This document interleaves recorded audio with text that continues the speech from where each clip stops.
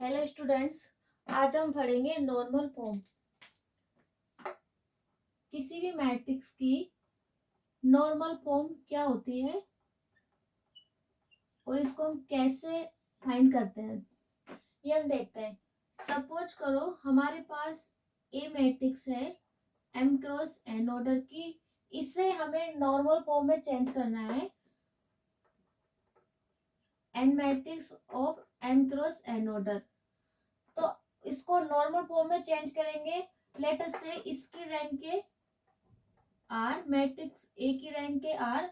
तो normal form क्या होती है, यानी इस मैट्रिक्स को हम इस फॉर्म में लिख पाए कि हमें एक आइडेंटिटी सब मैट्रिक्स मिले of order R, otherwise zero. ठीक है, तो अब हम किसी भी मैट्रिक्स, कोई भी हमें आर्बिट्रेरी मैट्रिक्स दी होती है तो उसको कैसे नॉर्मल फॉर्म में चेंज करते हैं ये देखते हैं। इसको हम एक एग्जाम्पल से समझते हैं। मान लीजिए हमारे पास कोई मैट्रिक्स है ए 1 1 3 1 -1 1 1 -1 1। ये हमारे पास कोई मैट्रिक्स है 3x3 ऑर्डर की। सबसे पहले हम ये देखते हैं कि किसी मैट्रिक्स ए को हम आई ए आई लिख सकते हैं, जहां पर आई क्या है, आइडेंटिटी मैट्रिक्स। तो किसी भी मैट्रिक्स को ऐसे हम लिख सकते हैं। अगर इसका ऑर्डर है एम क्रॉस एन, तो इस आइडेंटिटी जो प्री मल्टीप्लाई कर रहे हैं आइडेंटिटी मैट्रिक्स, वो एम क्रॉस एम की होनी चाहिए, ये एन क्रॉस एन की होनी चाहिए और ये एम क्रॉस एन। अब यहाँ पर हम देखते हैं कि मल्टीप्लीकेशन पॉसिबल है, यहाँ पर मल्टीप्लीकेशन पॉसिबल है। तो हम फिर इसमें क्या करते हैं, इसमें रो और कॉलम ऑपरेशन लगाते हैं। जैसे ही हम इसमें रो ऑपरेशन लगाएंगे तो ध्यान देंगे कि जो प्री मैट्रिक्स है उसमें ही हम ऑपरेशन लगाएंगे, इसमें नो चेंज होगा। अगर हम इसमें कॉलम ऑपरेशन लगाते हैं तो इस वाली मैट्रिक्स में, यानी जो प्री मल्टीप्लिकेशन वाली मैट्रिक्स है उसमें नो चेंज होगा, लेकिन इसमें हम चेंजेस करेंगे, यानी इसमें वो कॉलम ऑपरेशन लगाएंगे सेम जो इस ए वाली मैट्रिक्स में लगाते हैं। चलो अब देखते हैं। अब इसमें क्या होती है कि हमें आइडेंटिटी सब मैट्रिक्स मिलनी चाहिए रैंक आर की। तो यहाँ पर ऑलरेडी 1 है तो इसमें हमें नो चेंज, कोई चेंज नहीं करना। अब हम क्या करेंगे कि नीचे वाले एलिमेंट्स है इनको हमें 0 बनाना है सबसे पहले। फिर हम क्या करेंगे, फिर जो राइट साइड में जो एलिमेंट्स है 1 1 इनको 0 बनाएंगे। यानी पहले हम क्या करते हैं कि हम नीचे देखते हैं तो नीचे वाले एलिमेंट्स को 0 बनाते हैं, फिर हम राइट साइड मतलब आगे सामने देखते हैं तो उनको 0 बनाएंगे। तो हम लिखेंगे कि a इक्वल टू आई ए आई। ए हमारे पास है 1 1 3 1 -1 1 1 -1 1। Identity matrix 1 0 0 0 1 0 0 0 1। उसके बाद लिखेंगे हम ए, फिर वापस से आइडेंटिटी मैट्रिक्स 1 0 0 1 0 0 0 1। हमने ये लिख दिया। अब हम क्या करेंगे कि इसको यानी R2 में ऑपरेशन लगाएंगे 1 को 0 बनाने के लिए। R2 माइनस R1 कर दे तो 1 हमारा 0 बन जाएगा। और R3 सेम, R3 में 3 है तो 3 को हमको 0 बनाना है, तो R3 में क्या ऑपरेशन लगाएंगे, R3 माइनस 3R1। अब ऑपरेशन लगाते हैं। First row as it is, इसमें नो चेंज। R2 में क्या ऑपरेशन है, R2 माइनस R1, 1 -1 0 -1 -1 -2 -1 -1 -2। R3 में क्या ऑपरेशन है, R3 माइनस 3R1, तो 3 minus 3 into 1 0 1 minus 3 into 1 -2 1 minus 3 into 1 -2। ये दोनों सेम है 1 1 1 1।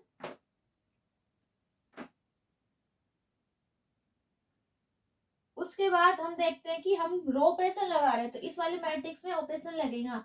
First row as it is, second row में ऑपरेशन है R2 माइनस R1, तो 0 -1 -1 1 माइनस 0 1 0 माइनस 0 0। R3 में क्या है, R3 minus 3R1, 0 minus 3 into 1 -3 0 minus 3 into 0 0, 1 minus 3 into 0 1। ए इस वाली आइडेंटिटी मैट्रिक्स में कोई चेंज नहीं करेंगे, 0 1 0 0 0 1। अब ये वाले एलिमेंट्स जो नीचे वाले एलिमेंट्स थे वो हमारे पास 0 हो गए, लेकिन अब हमें जो इसके राइट साइड में यानी 1 1 इनको 0 बनाना है। तो इनको 0 बनाने के लिए हम क्या करेंगे,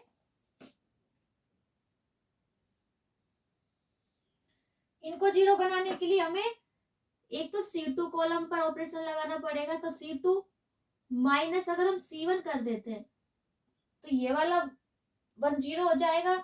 ऐसे ही सेम C3 में क्या ऑपरेशन लगाएंगे, C3 माइनस C1 कर देते हैं यानी 1 माइनस 1, तो फिर वो वापस 0 बन जाएगा।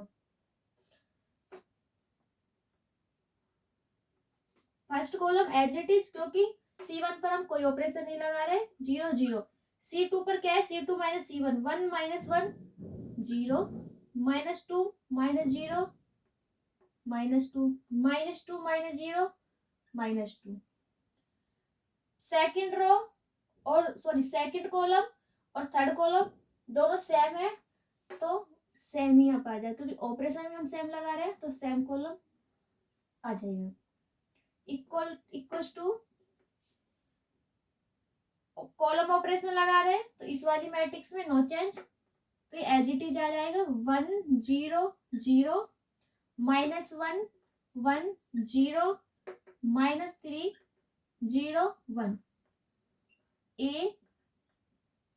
अब इस पर देखते हैं C1 यानी first column as it is, C2 0 minus C2 पर ऑपरेशन है C2 माइनस C1, तो 0 minus 1 minus 1 1 minus 0 1 0 minus 0 0 0 minus 1 minus 1 0 minus 0 0 and 1 minus 0 1।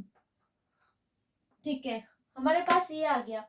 अब हमें क्या करना है,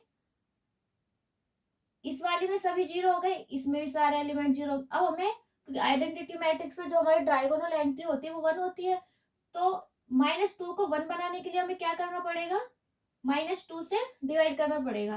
तो R2 में हम अगर ये ऑपरेशन लगा दे, R2 upon divided R2 divided by -2,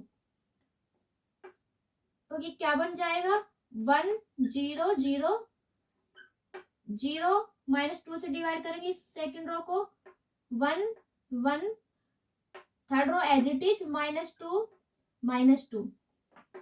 row operation है, तो इस वाली मैट्रिक्स में हम ऑपरेशन लगाएंगे सेम। तो फर्स्ट वाली रो 1 0 0, सेकंड रो में -2 को डिवाइड करेंगे, तो -1 में -2 को डिवाइड करेंगे 1/2, 1 में करेंगे तो -1/2, 0 में करेंगे तो 0 -3 0 1। ये हमारे पास एज इट इज आ जाएगा। ए लिखेंगे इस वाली मैट्रिक्स पर नो चेंज, 1 -1 -1 0 1 0 0 0 1, ये आ गया।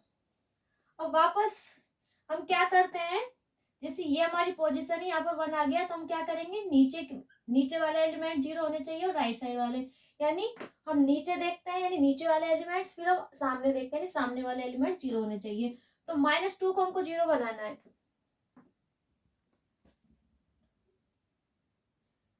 -2 को 0 बनाने के लिए क्या करेंगे, R3 में ऑपरेशन लगाएंगे। तो R3 प्लस अगर मैं 2R2 कर देती हूं तो ये 0 बन जाएगा, क्यों, क्योंकि -2 प्लस 2 इंटू 1 0 हो जाएगा। देन क्या आ जाएगा हमारे पास, 1 0 0 0 1 1 R3 यानी 0 plus 2R2 sorry 0 plus 2 into 0 यानी 0, -2 प्लस 2 इंटू 1 0 और सेम ये भी 0, इक्वल टू रो ऑपरेशन है तो इसमें चेंज होगा 1 0 0 1/2 -1/2 एज इट इज, ये आ जाएगा 0। अब इसमें देखते हैं इसमें क्या आएगा, R3 plus 2R2, R3 minus 3 plus, इसको 2 से मल्टीप्लाई करेंगे 1 आएगा, तो -3 + 1 -2, 0 प्लस इसको 2 से मल्टीप्लाई करेंगे -1 आएगा, 0 -1 -1 और 1 प्लस 3 × 0 यानी 1 ए, और ये आ गया हमारे पास 1 -1 -1 0 1 0 0 0 1। ठीक है, अभी भी हमारे पास हमको ये राइट वाला और 0 बनाना है, यानी जो ये 1 है, जो डायगोनल पे 1 है, इसके जो राइट साइड में 1 है उसको हमें 0 बनाना है। तो इसको 0 बनाने के लिए हमें C3 पर क्या ऑपरेशन लगाना पड़ेगा। अगर हम देखो C3 - C2 कर देते हैं, C3 - C2 कर देंगे, नहीं 1 - 1 0 हो जाएगा, तो ये वाली एंटी 0 हो जाएगी। तो हम क्या ऑपरेशन लगाएंगे C3 पर, C3 - C2 कर देंगे। इसके लिए हमें मिटाना पड़ेगा, चलो ये मिटा देते हैं।